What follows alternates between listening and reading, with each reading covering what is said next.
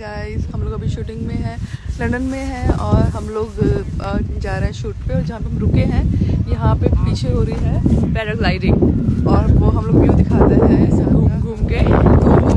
ये देखिए ये लोग उड़ रहे हैं अकेले मजे कर रहे हैं, पैराग्लाइडिंग कर रहे हैं, ठीक है। और ये देखो बहुत सारे लोग हैं। थोड़ा गैप में पीछे करना पड़ेगा, देखो पूरे दिखेंगे। ये भी दिखाओ ना।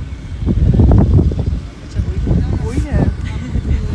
यहाँ अच्छी लाइटिंग है। हाँ, ये लाइटिंग तो बहुत प्यारी है, नो डाउट। यहाँ से दिख सकते हैं वो। हाँ दिख रहा है, वो भी दिख रहा है और हम लोग भी दिख रहे हैं। यस, मस्त जगह है, बहुत ठंडी भी है और हमें लेगिंग्स कुछ नहीं डालनी है। हमें सिर्फ सूटों में शूट करना है। यहाँ शूट करना है।